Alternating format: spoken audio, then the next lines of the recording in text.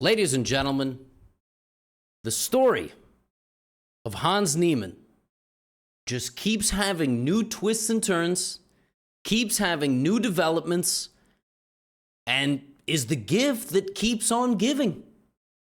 If you follow the chess world at all, you probably know who Hans Niemann is. If you don't follow the chess world, or you do but you don't know who Hans Niemann is, what a story. I mean, you can get caught up in about 10 to 15 minutes of reading online, and what a read it will be. Well, today I've got a new Hans Niemann development. I've got an update for you. This video is being recorded August 20th, 2024. In 2 weeks, Hans is playing Magnus in the Speed Chess Championship in Paris. If it's already beyond September 2024, if it's 2025, 2026, it already happened. So you can watch this video and then go watch that, okay? Hans, in a way to bring a retribution and a reckoning upon the chess world, set out to play a series of matches with some sort of sponsor. I don't know who's sponsoring these things, but everything about Hans is fascinating and mysterious and interesting. And he's got a sponsor, and he's literally playing Hans Niemann versus the world. He's been traveling the world. It started in Dallas, Texas, against Vidit Gujarati, Indian Grandmaster. Then he went to Utrecht or Utrecht, I don't know how to pronounce it, in the Netherlands, against the Nijgiri. Then he played Nikita Vityugov, Russian Grandmaster, but currently representing England. And now he's playing Etienne Bacrot in Paris. And Hans Niemann is up to top 20 in the world. Take a look at this list. And look at number 21, recently gaining 14 rating points, his highest rating ever, 27-25. And in 10 more rating points, he's going to be at the young Krzysztof Duda level. And Duda is just going up and up and up. And he recently reconnected with this man. And you talk about another update. The student becomes the coach. Vladimir Kramnik is currently in London at the time of recording this, playing a follow-up match, which I don't even feel like getting into, but that's a whole nother thing.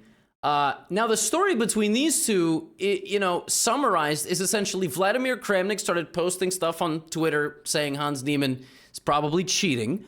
Hans responded to Vladimir. Then they did a secret training session, like in Amsterdam or something. This was in 2023. Where Kramnik coached Hans, then Hans proceeded to gain like 40 rating points, and now apparently Hans is coaching Kramnik? Like, he's helping him train? Dude, I'm telling you, the Hans Niemann arc is insane. And this is not the only purpose of today's video. I'm also going to show you some of his games. Some of his incredible games from the match that he has played. And I just realized while hitting the record button, I never changed the title. So you know what? We're gonna get a live edit here. Let's name this the Hans Niemann arc. All right, here we go. We just thought of that on demand. The Hans Niemann arc, folks. This man is absolutely cooking, and there is now a term for what happens when you get defeated by Hans Niemann, because his middle name is Moki or Moke. You get moked. All right. When you get mokied or moked, I don't know how to pronounce it. He will tell me in Paris because I will be there. That's the art of getting smacked around by Mr. Hans Niemann. Now, he's beaten some really, really good players. Anish did an interview and he said he was shocked at Hans's level, and he said that he has a lot of colleagues that think that Hans is a noob and are in for a rude awakening when he is, beating them over the board.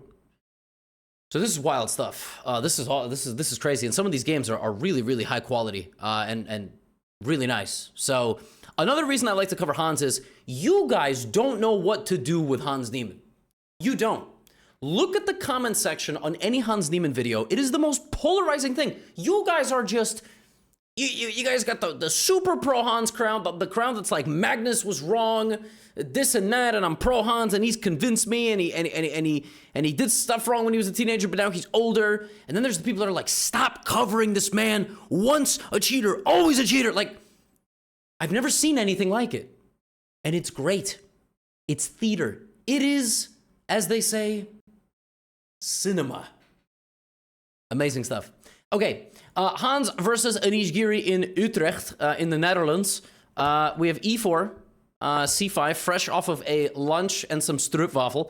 Knight f3, d6. Anish Giri plays the Najdorf Sicilian. He has a course on this opening. There are many moves here, but recently, bishop to d3 has been quite trendy. Not bishop e2 and not bishop c4. You defend the pawn, and you anticipate if black plays the move e5, you drop the knight back to the e2 square. And then very frequently, it also can go to g3, and also it can support the pawn on f4. Right? It's a very flexible system. Anish plays bishop to e7. White castles, bishop e6. The vintage Najdorf bishops standing right next to each other. Black fighting for the d5 square. If in the Najdorf black can control d5, well, black will have a nice game, which is why f4 is played. F4 has a couple of ideas. Idea number one, if you take, now my knight is justified, and I'm fighting for that d5 square. If you don't take, I can prepare an attack. So I can, for example, always maintain pressure, but always if this happens, d5 is now not possible. And also, if you play the very common, like, king h1, I think Hans played a4 here. But if knight bd7, which is a typical developmental scheme, f5 simply wins a bishop. So the move f4 is just annoying. It just stands there. Castles. Now, the computer likes king h1 here, getting off the diagonal, but a4 is also a reasonable Najdorf move. You stop black from playing the move b5, and queen c7. All right, and now king h1. We have a4, king h1, getting off the diagonal, waiting to see what black is going to do. Black now plays knight bd7. The move queen c7 enabled knight bd7. I just told you that if Hans plays f5, he traps the bishop, but you can't really do that now because of this. Everything in the Najdorf depends and revolves around the d5 square, and then play develops from that point. So white plays bishop to e3. Now knight g4 is also not really a thing. When there was a king there, it was. Now you put the bishop there. Actually, bishop is very safe, and knight is just a target. So we have rook c8. We have a5. Fighting now for the dark squares, right? Again, very positional opening, this Najdorf. I mean, it is very dynamic, very imbalanced, but rooted in good fundamentals. Rook e8 chosen by Anish, and now h3. And if in case it's not clear, this is a brewing possibility. All right, it's always there. h6. Now, f5 here is playable, but Hans opts for queen to e1 with the intention to go over here. Now, black plays knight c5. Trying to activate the knight, trying to get rid of a key piece in the white position. Queen goes to g3, inducing this knight move, and now drops back to f2 with some pressure. f5 still on the cards, g4 still on the cards. And now Anish decides to capture on f4, liquidating a little bit of the pressure, and he plays this move, bishop to d8. He spent 13 minutes deciding on a move here. A lot of moves are good. There are ideas like knight takes bishop and bringing the queen forward. There are moves like queen to d8, getting off the line and maybe going over here. There's also just moving the bishop. Like, I think black has probably about 7 options here that all maintain around equal, but it's quite clear that white, again, utilizing that d5 square, that all-important d5 square in the Najdorf. There it is. The queen goes to d7. And here, Hans begins creating an attack. So the opposite colored bishops benefit the attacking side. I've said that many times. However, getting rid of the bishop here isn't really that good because white gets a really strong central cluster. This is always weak. Squares are exploitable. F7 potentially exploitable. So we have queen e6, and very slowly over the next few moves, you see what's happening here? This is not pleasant for black. Also notice time was equal, and within the next few moves, Anish tanks, and Hans is up 30 minutes. Hans was constantly up 20 to 30 minutes on the clock against Anish in classical chess. I've never seen something like it. I mean, he's so fast. He plays so fast. Bishop to g5, and now rook to g3. Here the computer wants to be patient and play b3. I'm not really sure I understand that move. Rook g3 makes a lot more sense. White is also threatening in some positions to go g4, but h4, but the immediate threat is simply knight to e7, winning a queen. So the queen goes to e6. Hans begins regrouping. And now this move g6. Anish clearly didn't like what was happening. The way he had to defend himself here was to take the bishop and play this move f6. It's a very ugly move. Bishop is now locked out, but the bishop is a brick wall. You play h4, I take. You're never getting rid of the bishop. The bishop blocks all the lines of attack, and that is what Anish had to do. But instead Anish goes here. Listen, Hans Niemann is a Gotham subscriber. My man knows what he's doing. He sacrifices the rook on g5. hg, knight f6. Here, knight d7, f6, picks up the rook, and now has nasty pressure. And when the dust settles, he maintains the pressure on the light squared pawns. Black's king definitely weaker than white's king, and the pressure is sustained. Hans maintains a 30-minute time advantage. Queen b6, queen b7. And what Hans does here is he wins the pawns completely. Anish goes all in, trying to create counterplay on the king side. Hans drops back to c4. Look at this. Anish, he's got nasty moves, nasty ideas. And here Hans does something really impressive. He deals with this counterplay. He brings his king forward, which is wild. He plays king f2. Queen b2, there's simply a queen trade. So that's very easy. So black goes king h7. c3, blocking the queen. And I really love how Hans wins this game. He goes queen b7. Queen b7 is so unnecessary. It's so unnecessary. Like, you can probably just take the pawn.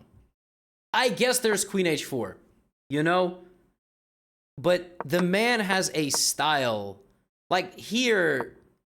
what a style. Queen b7 is so nasty. He just straight up gives up the rook. But you can't stop the pawn. You're getting moked. The knight is not fast enough. Anish tries to sacrifice, but it's too little too late. The pawn's on a7. Pawn's not even, it's not even going to a7. He gets some help. He could have played a7 here, but look at this. I mean, this is just, look at that. And it looks like the attack is stopped. It's not, because you just bring the king now, and black can't move. And he gives up the c-pawn to completely paralyze black. Look at this. This is disgusting stuff, man. I mean, this is... I mean, what a game. Like, he just absolutely bludgeoned Anish. And he beat Anish in every format. He beat him in Rapid, in Classical, and in Blitz. He beat him across all three. And Anish is a really good player. Anish is like a perennial top 10 player. It's nuts. Peak 2800, 2799 or something like that. And Hans just slid through like a hot knife through butter. Not like the butter you first take out and you're trying to put on the toast. The knife is breaking the nuts. Then, I mean, this was an unbelievable game. So Vityugov, Russian GM. Vityugov is like a trainer of some of the best Russian players in the world. He obviously changed, he changed federation for obvious reasons. Part of the exodus of a lot of like 2,700 level players. If you look at the list of top players from like 6 years ago to now, it's wild in Russia. A lot of players have left, and Vityugov is one of those. So this game was a Nimso Indian. Vityugov invites this, and then he plays e3, bishop d3, and a3. Now this is a very popular line with a3, take, and then this move c5. Now here the move I'm used to more is knight e2. I thought knight e2 was the main move, but Vityugov plays knight f3, fine. Hans plays here, obviously looking at this. And I mean, quite simply, in a nutshell, from this position, white is going to try to do this. So, for example, just very obviously this is not going to happen, but if white gets something like this, white is winning. If white is able to open the center and get the bishops playing, the bishop pair, white's going to be much better, right? So that's what he tries to do. He takes on c5 and plays c4. Good start. The bishop is a very, very, very good piece. Hans, I would say, is very slightly worse here. Very slightly. Queen c2. Rook e8, rook fd1, Hans plays knight a5. Vityugov plays knight e2. So far, Vityugov's doing a great job. But now he needs to come up with a plan. Okay? Hans goes here. frees up b7, frees up the b file, also controls a4. Right, because let's say Hans went like here. White could have considered even trading off the knight. The computer isn't a huge fan, but you can also boot the knight. And if the knight comes back, then you can take over the queen side. But also you can just route that way, and you know you'll be all right.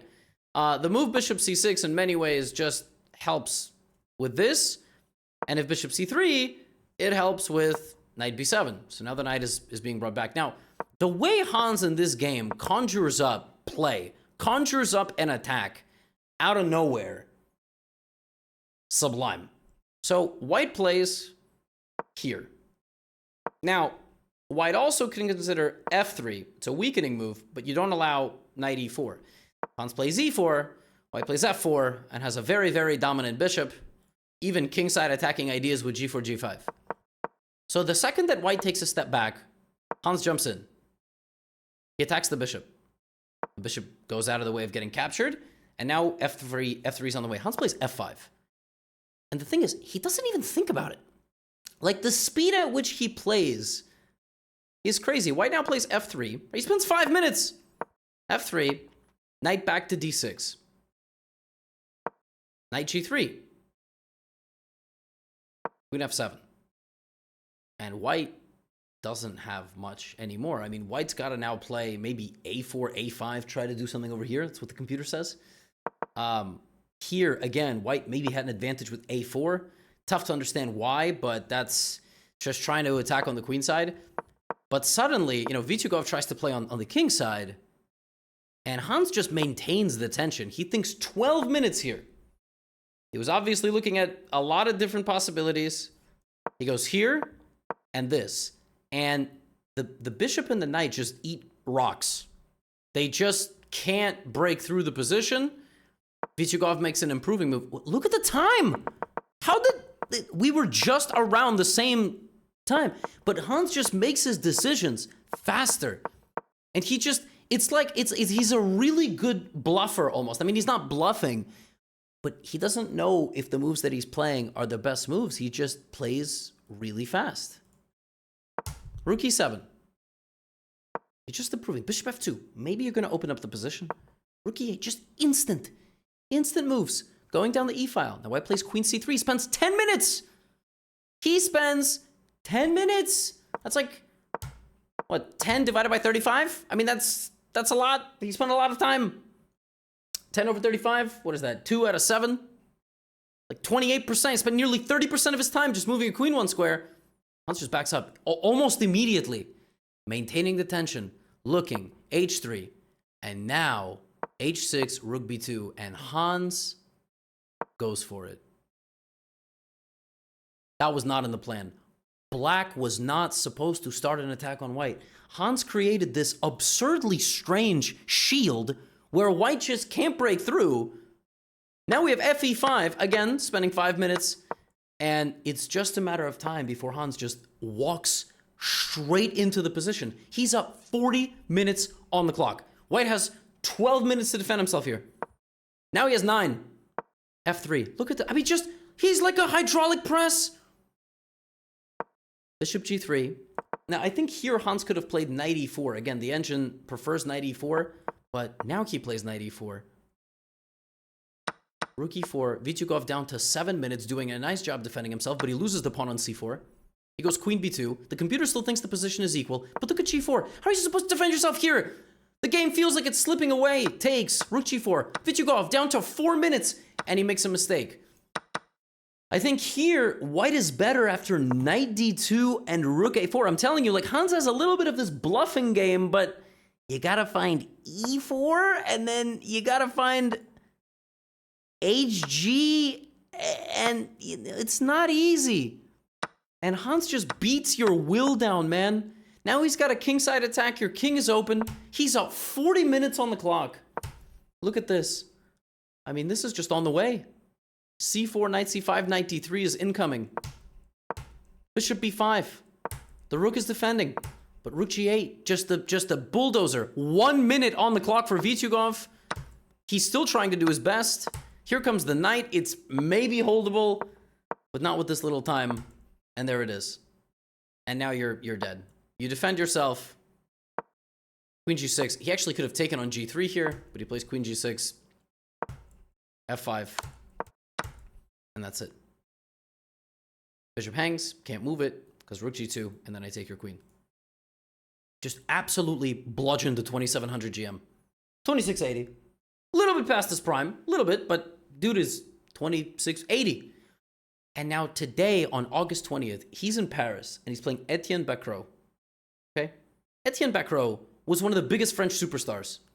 Okay, there was like La Bourdonnais back in the day, and Maxime Vacher-Lagrave, obviously. But Etienne Bacrot was the man, bro. Like, he was a prodigy in his day. Now they have Firouzja, but you get what I'm saying. Like, born, raised, lived his whole life in France. Like, he was a bright star for them. He plays the Taimanov Sicilian, which is probably what Hans was expecting. And Hans plays the most principled way. Queen d2, right? Bishop b7, f3, b5 by Bacrot. Hans clearly still in his preparation, playing instantly. e5. Still in his preparation. Hans, 12 moves. Normal stuff. I mean, it's a Sicilian. Bishop b6. There it is. 30-minute time advantage. And he doesn't stop. Queen f2. Opens the d file. Clears out space for the knight if necessary. Fighting for the dark squares. Bacrot plays bishop b4. Now bishop c5. Okay, not the best move. Actually, bishop h3 and g5 was the best plan. But I don't play the Sicilian. I'm simply telling you what it was. We have takes, knight d7, and the queen goes to a3. Now here, white is actually, believe it or not, slightly worse after queen b6. But Hans is up 40 minutes on the clock. Like, the thing is, when you play Hans, not only do you have to beat him, you have to play really fast. Because he literally doesn't spend any time. Long castles, bishop e2. Now black is quite a bit better with the move rook e8. The point of rook e8 is to play knight to f8. That is the way you're supposed to attack here. Why? Because let's say here, knight f8, queen e5. There is check here, bishop a2 check, and you win the queen. So you got to be really careful. Bishop e2, rook e8, knight f8 with the idea of queen e3 is the point. But knight c5 is chosen by Bacrot, who is now down 50 minutes on the clock. I mean, the pace of the game is just... And it is a bold effort, because if he does meet somebody who finds a way to call this bluff, you know, he's going to be in some trouble. By the way, rook d2 is also possible. Knight f8, queen e5, rook d2. Here, rook d8. I guess Hans here was planning to move his king. I don't know. I mean, c1, there is like b4, so... but this is insane to play like this. I mean, I don't know what he was trying to do. Maybe he was going to go here, but then you're losing this. So I don't know. Again, I don't know. But knight c5 is what Bacrot chooses. Now he has no advantage, and he is still down a bunch of time. He plays b4. Very natural move. He picks the pawn up on a2, but Hans traps the bishop. And now the only way that black is going to be able to break out of this in many, many lines is sacrificing the piece. That's not something people are always comfortable with. They don't really want to lose a piece. They don't know that it's equal. King b7 chosen, e5, which, by the way, again, played relatively quickly in a ridiculously tense position. I mean, you would think bishop c4. You also may wonder, what about the knight? Yeah, that's kind of the point. The point is that, like, for example, you could play knight d2 here. Unfortunately, it loses to this. But you're very close to getting that bishop trapped. So e5 is what Hans chooses. And now knight e6. And again, Bacrot could have sacked the knight here and apparently is winning because white's king is so open, but he didn't. He goes here, and Hans just doesn't stop, man. Knight d4, 17. He's so quick. And if you give him a chance, look at this. He consolidates, weak. King is weak. Black has 13 minutes. Time is ticking. Rook f8. Losing a pawn. I mean, again, you get into low time. What you try to do is you try to clarify. So now he's clarifying the position. King b1. Knight f3. But it's just not good enough. Queen e4. And you can't go knight d2 because I'm going to take. You can't go here because queen f4. It's a fork. And I simply win the game. So queen e4. Knight goes back to e5. Where is white's advantage? Right there. Boom. 51 versus 8. And that's it. This is winning. You're never getting mated. I'm 3 squares away from making a queen. Not to mention, you have weak pawns and a weak king. Queen b5, queen d4. That's a fork. You defend yourself. I go here. You can't take, because I go queen d8, and because of your weak king, you go here. Rook f1. The very simple point of rook to f1 is rook f7, and that is game over. And if you take, the pawn was a decoy the whole time. Rook f8, and that's it. Rook f1. Hans Niemann wins the battle of the complications by playing simply more efficiently on the clock. And he wins again. And he's 27-25 FIDE. And he met Kramnik. And apparently he's coaching Kramnik now. Yo, I'm telling you, the story of Hans Niemann is bananas. And at the time of recording this video, Hans Magnus has not happened in Paris yet. Who knows if it's going to happen? Who knows if the entire planet explodes by September 6th? But you know what? I don't think it will. And I think we're going to get that match. And whatever happens in that match, I mean, it is, the story is wild, man. And there are so many twists and turns. There's so many chapters in this story. And I will keep bringing it to you because it is fascinating. The dude cannot get a tournament invite, partially because of the likely incorrect reputation that he holds, and partially because he's not really the nicest guy, you know, sometimes. I have said that on this channel. He can be quite mean. So I guess people, you know, like St. Louis, for example, which I've called out the St. Louis chess club. I've talked about this on this channel, on my second channel. He can't get a tournament invitation, so he's just playing one-on-one rated matches. That's just what he's doing. We've never seen something like this. We've never seen something like this. So I'm gonna keep covering it, and love it or hate it, I will keep doing it. So that's all I have for you today. Get out of here.